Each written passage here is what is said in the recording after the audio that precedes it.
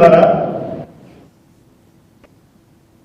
ప్రజలను రక్షించాల్సిన పోలీసులే వారిని వేధింపులకు గురి చేస్తున్నారు. ఎస్ఐ వేధింపులు తాళలేక ట్రాక్టర్ డ్రైవర్ ఆత్మహత్య యత్నం చేసిన ఘటన నంద్యాల జిల్లా ఆళ్లగడ్డలో జరిగింది. రూరల్ ఎస్ఐ తనను వేధిస్తున్నాడంటూ ట్రాక్టర్ డ్రైవర్ రవీంద్ర సెల్ఫీ వీడియోలో ఆవేదన వ్యక్తం చేశారు.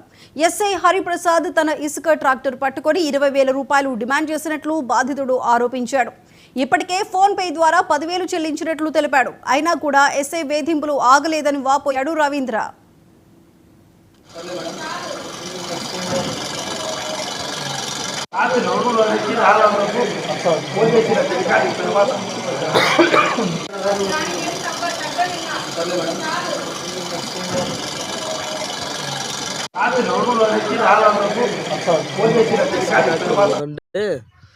రూరల్ ఎస్ఐ గారు ఆపి అన్న, అర్ధగంట సేపు నిలబెట్టిన అన్న, నా దగ్గర అయితే డబ్బులు అడిగాను, నా దగ్గర డబ్బులు అయితే లేదన్నా, నాకు కొంచెం ఇబ్బంది పడి హాస్పిటల్లో పిల్లోనికి బాగాలేకుంటే లోడ్ ఎత్తుకొని వచ్చాను. ఇసుకే లోడ్ 5,000 రూపాయలు వస్తాయన్నాడా. 5,000 రూపాయలు వస్తాయంటే సార్ నేను రిటర్న్ అన్లోడ్కి పోయి ఇచ్చా సార్ అని చెప్పిన. అయినా వినలేదన్నా. వినకోకుండా అన్లోడ్ పాయింట్ దగ్గరికి వచ్చి బండి స్టేషన్ దగ్గరికి తీసుకెళ్ళారన్న. స్టేషన్ దగ్గరికి తీసుకెళ్ళి 20,000 రూపాయలు డబ్బులు కట్లు ఇడ్చబెడతారంటే ఆన్ ద స్పాట్లో 10,000 ఫోన్పే కొట్టినా.